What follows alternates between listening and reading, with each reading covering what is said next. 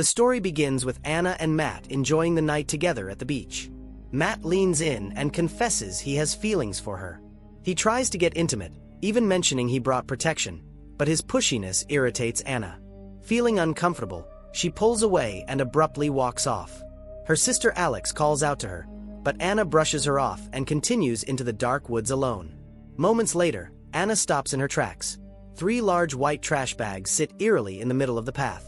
Curious and uneasy, she steps closer. One of the bags suddenly moved. The head of a young red-haired girl appears and whispers a chilling warning. Don't go out.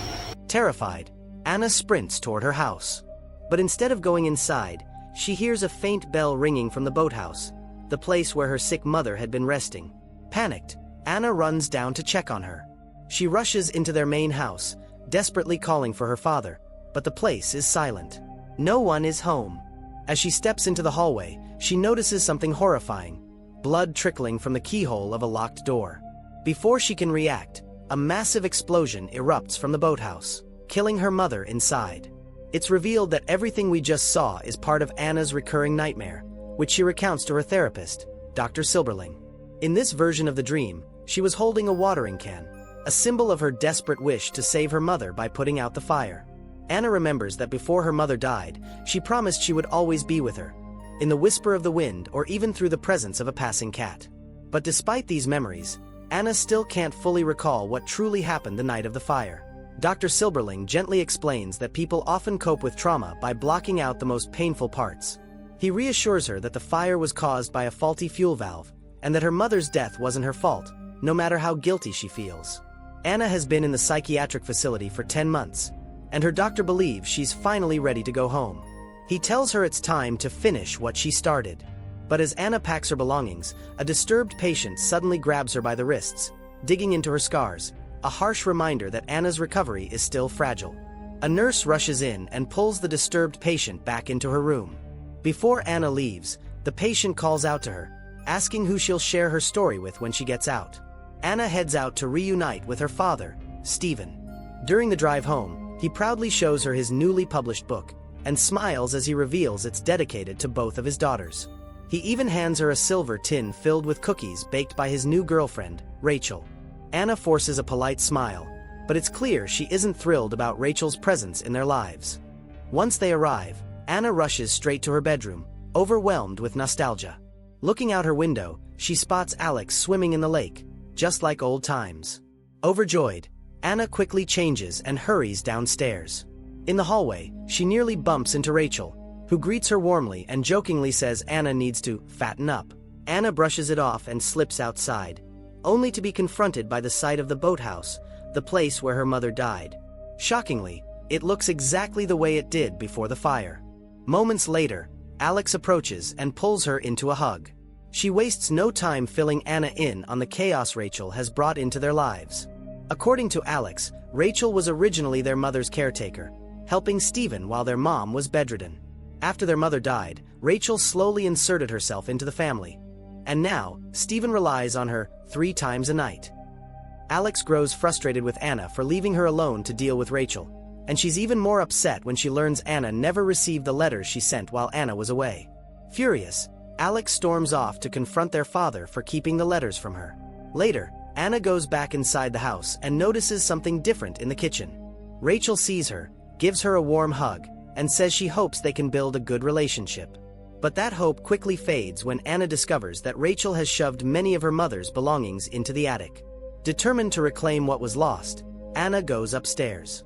There, she finds pieces of her mother's past, the chalkboard she used in the kitchen, and the cowbell she rang whenever she needed help. Anna continues flipping through the old photos of her mother, cherishing each memory frozen in time. But then she comes across a picture that stops her cold, a family photo, with Rachel standing beside them, smiling gently in her nurse's uniform. In an instant, Anna's nostalgia curdles into anger. That night, Anna is jolted awake by a sudden scare. She hears the sound of a bell ringing, even though the bell is sitting right on her nightstand. Her bedroom door creaks open on its own, and a decayed, corpse-like figure lunges at her. She bolts upright. It was only a nightmare. Breathing heavily, Anna turns on the light and sees Alex standing in her room, asking why Anna even has the bell. Alex explains that Rachel bought it from a pet store and tied it to their mom, supposedly to keep track of her, while Rachel was busy writing Stephen. The next morning, Anna decides to restore a piece of her mother's presents by nailing the chalkboard back onto the kitchen wall. Rachel notices, and though she forces a smile, Anna can clearly see she's furious. While relaxing by the docks, Anna is surprised when Matt shows up. He apologizes for how he acted at the beach and admits he followed her that night and saw everything. Before he can explain further, Rachel suddenly appears, cutting the conversation short. Matt quickly excuses himself and leaves. Later, Anna heads to the boathouse and discovers a new valve installed on the gas tank, the very valve supposedly responsible for the explosion that killed her mother. That night, Anna becomes irritated watching Rachel and Stephen acting overly affectionate. She retreats upstairs, where she notices a shadow slipping past her door.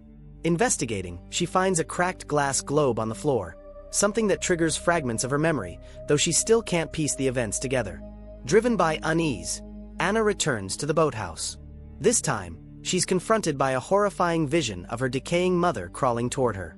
The apparition then points toward the main house and screams, "Murder!" before vanishing. Shaken, Anna tells Alex everything, and the two sisters conclude that Rachel must have murdered their mother. Determined to uncover the truth, Anna agrees to spend time alone with Rachel to gather clues. While having a meal at a diner, Rachel casually mentions that one of her former patients gifted her a pearl necklace. Suddenly, Anna spots a familiar face, a red-haired girl sitting at the bar. It's the same red-haired girl Anna saw dead in the woods, but Anna is suddenly interrupted when Rachel calls out to her. When she turns back, the red-haired girl has vanished without a trace. Later, while out shopping, Anna spots Matt and pulls him aside, desperate for answers. She's certain now that the fire wasn't an accident, and Matt's uneasy expression tells her he knows more than he's saying. They quietly agree to meet later that night. Just in time, Rachel once again interrupts them before Matt can reveal anything. Back at home, Anna finds Alex digging through Rachel's belongings. In the bathroom cabinet, they discover a stash of tranquilizers. To the sisters, it becomes clear that Rachel may have planned everything involving their mother's sickness, but they still need more evidence. They head out that night to meet Matt, but he never shows up.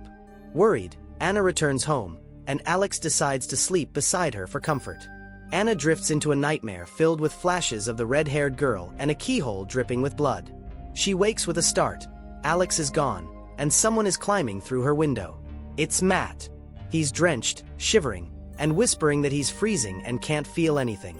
They start to move closer to each other, but Anna suddenly notices something horribly wrong with his back. Matt grabs her arms, as Matt stammers that her mother tried to warn him, but he didn't listen. Terrified, Anna shoves Matt away as his body twists and bends unnaturally. She stumbles out of her room, only to find that it's suddenly daylight. When she turns back and checks the room again, Matt is gone. Later that morning, Anna and Alex receive devastating news. Matt died the previous night. A police officer explains that Matt must have struck a stray piece of timber and fallen off his boat. The explanation doesn't sit right with Anna. Shaken, she tries to subtly warn her father about Rachel, hinting that Rachel might have had something to do with Matt's death. But Stephen brushes off her concerns, convinced Anna is just imagining things again. Alex tries to comfort her sister, and Anna shows her the bruises from Matt's visit the night before. The sight horrifies Alex. Determined now more than ever, she agrees to dig into Rachel's past and find out who this woman really is. Later, while Rachel is busy preparing for a dinner party, Anna quietly slips some of Rachel's belongings into her bag. She and Alex begin calling Rachel's former patients and workplaces, hoping to confirm her history. But every person they contact says the same thing. They've never heard of a Rachel Summers. Slowly, the truth unfolds. Rachel isn't who she claims to be. She's been living under a stolen identity, using someone else's social security number. That night, Anna confronts Rachel directly in her room, demanding to know her real identity. Rachel, unfazed, simply says, "This isn't going to work." When Anna threatens to tell Stephen everything, Rachel reveals that she and Stephen already talked, and they both believe that letting Anna leave the psychiatric facility was a mistake. Rachel coldly adds that Anna will be sent back to Dr. Silberling. During the dinner party, Anna forces herself to act calm and cooperative. But when she steps outside to take out the garbage, she notices the bags suddenly shift. She opens it, finds nothing, and a can of tomato sauce rolls under the oven. As she reaches down, a dead girl's face suddenly lunges out from beneath, startling Anna so badly that she knocks the pot roast off the table. The ruined dinner infuriates Stephen and Rachel. Overwhelmed and realizing the mess she's caused, Anna rushes to her room. After the disastrous dinner, Anna confronts her father about Rachel's true identity. But Stephen brushes her off, convinced that Anna is spiraling again. Then Anna notices something startling. Her father isn't wearing his wedding ring anymore. He calmly explains that he and Rachel plan to get married in the fall. The news devastates Anna, leaving her in tears. The next day, Stephen leaves for a work trip, forcing the sisters to attend Matt's funeral with Rachel.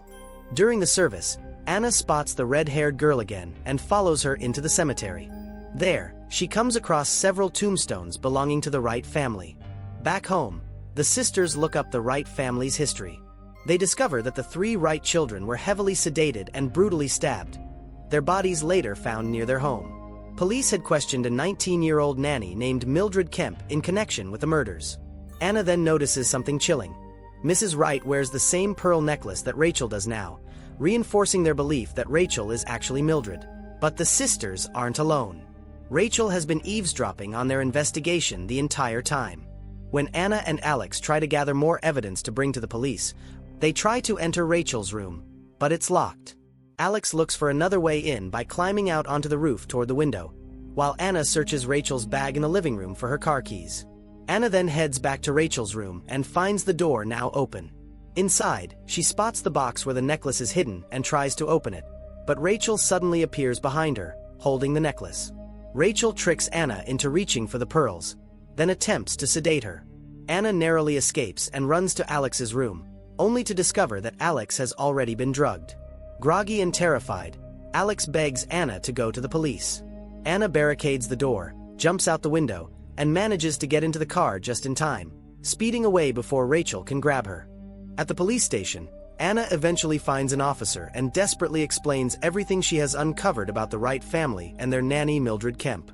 The officer says he remembers the case and assures Anna that she's safe now. He then leaves Anna alone for the meantime. However, the officer secretly calls Rachel instead, allowing her to come and sedate Anna. Rachel brings the drugged Anna back home. Anna sees Rachel undressing her, but she's too weak to move. She tries to reach for the knife on the nightstand, but her body won't respond. Rachel spots it and grabs the knife first.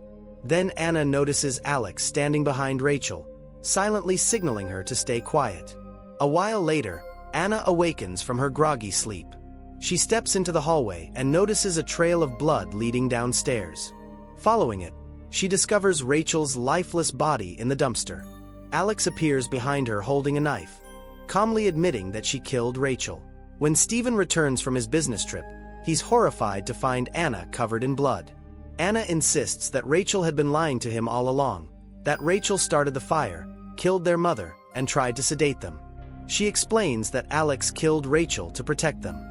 But Stephen looks confused, because Alex died in the explosion years ago. In that moment, it's revealed that Alex has been nothing more than a manifestation of Anna's trauma. The knife is actually in Anna's hand, and she's stunned by this realization. Stephen asks what Anna means when she says the fire wasn't an accident. This triggers Anna's memories of that night.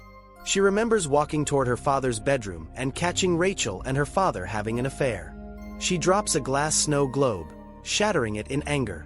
Overwhelmed, she storms to the boathouse, fills a watering can with gasoline. A drunken Alex arrived tells her that some boys are coming over, but Anna ignores her and leaves, not noticing that she didn't close the valve completely. Alex closes the door and accidentally bumps into a lantern, knocking it over. She then hears their mother ringing the bell from the other room and goes to check on her. Meanwhile, the lantern ignites the growing pool of fuel, triggering the catastrophic explosion that kills both Alex and their mother. Anna witnesses the blaze and drops the gasoline can in shock. She had only intended to burn down the main house, not to cause the deaths of her sister and mother. Flashbacks reveal the truth. Every moment Anna believed she spent with Alex was nothing more than an illusion created by her traumatized mind. Even Matt had known that Anna was responsible for the explosion that killed her mother and sister, a truth he tried to confront her with. In reality, Anna pushed Matt off the cliff, the bruises on her arms actually coming from Matt desperately grabbing her, begging her not to let him fall. The night Rachel picked Anna up from the police station, it was Anna, not Alex, who took the knife and stabbed Rachel. As Rachel's body is wheeled out of the house, the police officer offers his condolences to Stephen and mentions something strange. Rachel's last name doesn't match the one on her passport. Stephen explains that Rachel changed her name years ago to escape an abusive ex-boyfriend. Still puzzled, the officer asks Stephen how Anna knew the name Mildred Kemp. Stephen has no answer. All he can do is watch as his daughter is handcuffed and taken back to the psychiatric facility. Later, Dr. Silberling checks on Anna. When he gently asks how she's feeling, Anna tells him that she did exactly what he wanted. She finished what she started. She then tears Rachel's photo from the family picture. Her response leaves the doctor unsettled, and he quietly leaves the room. Moments later, Anna's former roommate steps inside, smiling as she welcomes Anna back home. She closes the door behind her, revealing the name on her badge: Mildred Kemp. If you enjoyed this video, like and subscribe for more mystery horror recaps like this. Thank you for watching.